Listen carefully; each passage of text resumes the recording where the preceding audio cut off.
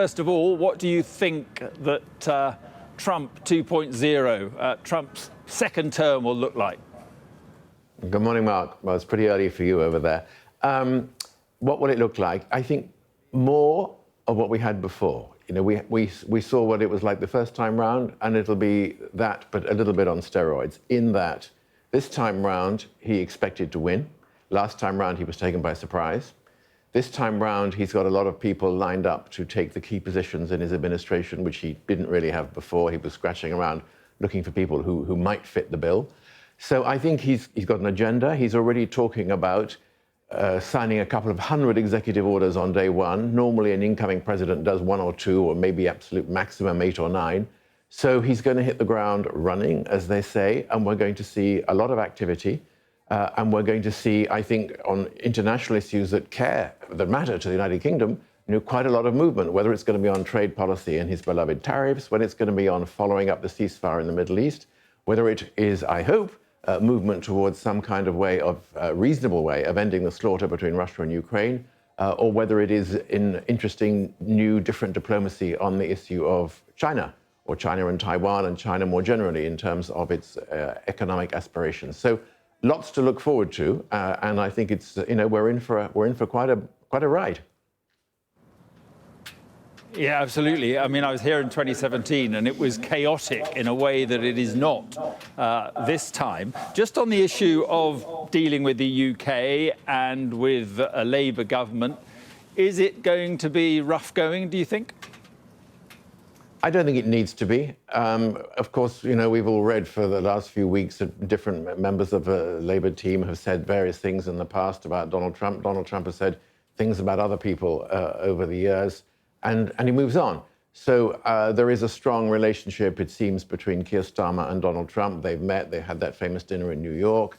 There's plenty of substance where the United Kingdom and the United States need to work together, and where Donald Trump and Keir Starmer need to work together. We've got a number of assets. We've got a very strong defense relationship, intelligence relationship, trade relationship. In due course, I'm sure there'll be some further contact between Donald Trump and the royal family. You know, I think there's lots to be done. And the world, if you like, is too dangerous and too important, the big issues where I think we've got something to offer, including on Ukraine, Russia, as I was saying, and on the Middle East, for this not to be a relationship which really does function.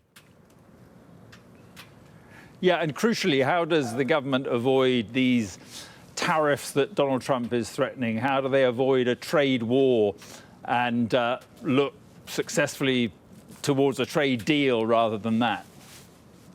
We didn't manage to avoid it last time.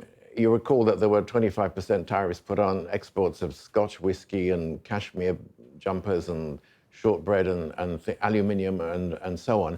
And it took a while for the Biden administration to undo those Trump-era tariffs.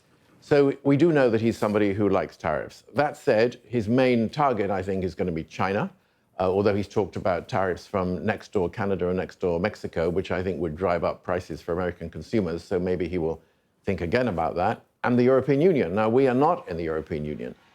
We are able to negotiate our own trade arrangements. One of the, in my judgment, you know, few potential benefits of Brexit. But what does that mean? I'm one of those people who doesn't really believe that a comprehensive free trade agreement is going to be at all easy to negotiate or even necessary. But we can sort out our own trading relations with America and try to minimize the risk of tariffs and so on, not least because, you know, America does not have a great trading surplus with the United Kingdom. It's the other way around. There's no grievance, if you like, that needs to be addressed there.